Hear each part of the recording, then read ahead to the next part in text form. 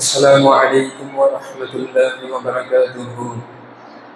الحمد لله رب العالمين والعاقبة للمتقين، والصلاة والسلام على سيد الأنبياء والمرسلين وصالح وصحبه ومن تبعهم بإحسان إلى يوم الدين. أما بعد. கண்ணியத்திற்குரிய எல்லாம் வல்ல அல்லாஹ்வின் நல்லடியார்களே, என் அன்பர்ந்த சகோதர சகோதரிகளே, உங்களுக்கு மத்தியில் இப்போது நான் ஈமான் என்றால் என்ன என்பதற்கு சுருக்கமாக சொல்ல இருக்கிறேன். ஈமான் என்பதற்கு டிக்ஷனரியில், அதாவது அகராதியில் என்ன சொல்றாங்கன்னா, நம்பிக்கை கொள்ளுதல் மற்றும் மன உறுதி கொள்ளுதல் என்பதாகும் சொல்றாங்க.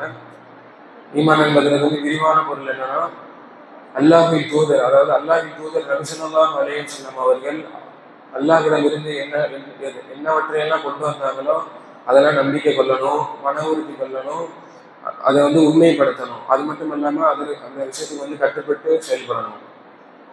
இது மறைவான விஷயங்களான மரகம், இது சொர்க்கம், இது மக்சரில் ஒன்று கூட்டப்படுதல், நன்மை தீமையாவது மீசான் என்னும் தராசில் நிறுத்தப்படுதல், அல்லாஹ்வினால் கேள்வி கணக்கு கேட்கப்படுதல், நரகத்தின் மீது போடப்பட்டுள்ள சிராத் என்னும் பாதையை கடந்து செல்லுதல் போன்றவற்றையெல்லாம் நம்புவதற்கு ஈமான் என்று சொல்கிறார்கள்.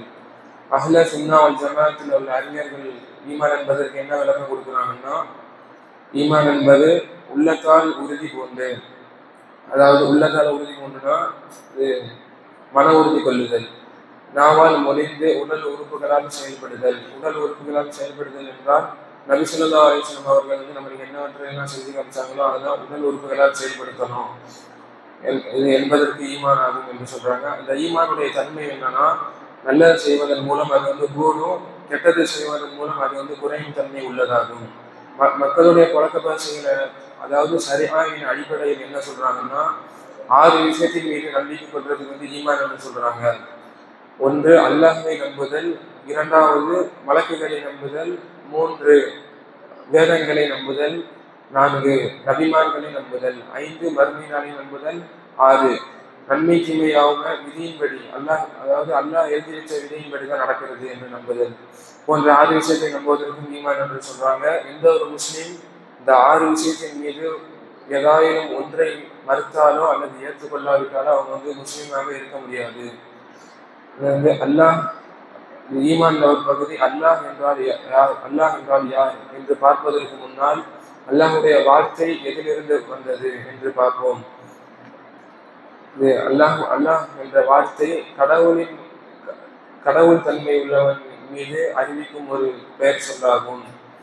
அல்லாஹ் என்ற வார்த்தை எதிலிருந்து பெறப்பட்டது என்றால் அல் இலாஹ் என்ற வார்த்தையிலிருந்து பெறப்பட்ட ஒரு பெயர் சொல்லாகும். அல் இலாஹ்ல உள்ள என்ற அலிஃபை நீக்கிட்டு முதல் நாம 2வது நாமுடன் இதுகாம் செய்து படித்தால் அல்லாஹ் என்று வரும். அல்லாஹ் என்ற பொருள் கடவுள் தன்மை உள்ளவன் என்பதாகும். ஒரு சில இலக்கண அறிஞர்கள் என்ன சொல்றாங்கன்னா, அல்லாஹ் என்ற பெயர் எதிலிருந்து பெறப்பட்டதல்ல அப்படின்னு சொல்றாங்க. பெரும்பாலான, அதாவது அதிகமான அறிஞர்கள் என்ன சொல்றாங்கன்னா, அல்லாஹ் என்ற பெயர் இந்த மாதிரி அல் இலாஹ் என்ற பெயரிலிருந்து பெறப்பட்டுள்ள ஒரு பெயர் சொல்லுதான் என்று முழுமையாக ஏற்றுக்கொண்டாங்க.